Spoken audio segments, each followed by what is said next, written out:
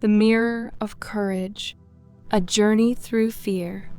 Elyra was the bravest warrior in her village, renowned for her skill with a blade and her calm demeanor in battle. Yet beneath the armor, she carried a secret she dared not speak aloud, a debilitating fear of water. Ever since she had been swept away by a storm as a child, the very sight of a river or lake sent waves of terror crashing through her. She had mastered every aspect of combat, except one: she could not swim, and she could not even bear to approach water without feeling her breath catch and her limbs freeze. The village she called home thrived beside a vast, enchanted lake known as Lunaris. But lately, the lake had turned against them. The water had begun to swell, flooding the farmland, and the creatures within it stirred restlessly, growing bolder and more dangerous. The village elders had consulted ancient scrolls, and they learned that the only way to calm the lake was for someone to retrieve a shard of the moonstone, a mystical gem said to lie at the lake's deepest point. Elyra's heart sank when she heard the news. No one else could accomplish such a mission, but how could she face the lake, her greatest fear?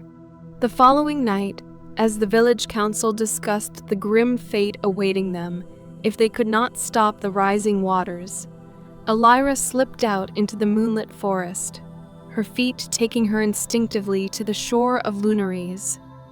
The surface shimmered under the moonlight, both beautiful and terrifying. She felt the familiar tightness in her chest, the cold sweat on her palms, but she knew deep down that running from this fear would never save her village or herself. Just as she prepared to turn back, an unexpected voice echoed from the still waters. To fear is to live, but to stand still is to wither. Elyra spun around, eyes searching for the source. There, on the shore, stood an ancient figure, a woman draped in robes of flowing silver, her eyes glowing like stars. "I am Silas, guardian of the lake," the woman said softly. "You must learn to walk with your fear, not away from it. Only then will you find the courage you seek." Elyra felt her pulse quicken. "But how?" "The water, every time I get close, I feel..." Silas raised her hand, silencing her. "We will go slowly. You will not dive into the depths today, but you will learn to approach it, step by step." And so began Elyra's journey of exposure, not to battle, but to herself. Each day, under Silas's guidance, she came to the lake, standing closer and closer to the edge. At first, she couldn't breathe, paralyzed by her fear of being submerged in the unknown. But Silas showed her that fear, when faced in small, manageable doses, could be softened, understood, and even befriended. At first, Elyra touched the water only with her fingertips. Her heart pounded in her chest, but she stood her ground, feeling the coolness ripple beneath her hand.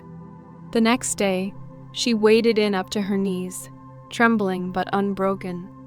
As the days passed, she found that the more she faced the water, the less it held power over her.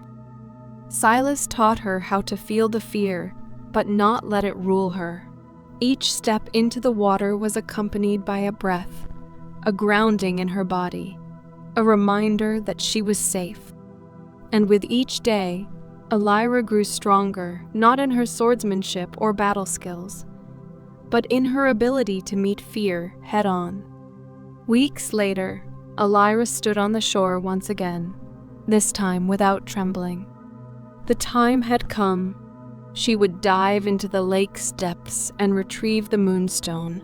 As she took a deep breath and plunged into the water, she felt the old panic rising within her, but she let it pass like the current, swimming deeper and deeper into the cool, dark waters. At the bottom of the lake, She found the moonstone, shimmering with a soft, steady light. In that moment, Elyra realized something profound. Courage was not the absence of fear, but the ability to keep moving forward despite it. When she emerged from the water, moonstone in hand, the lake had calmed. The restless creatures within it stilled. The village would be safe, and Elyra had faced not only the dangers beneath the water, but also the shadows within her own heart.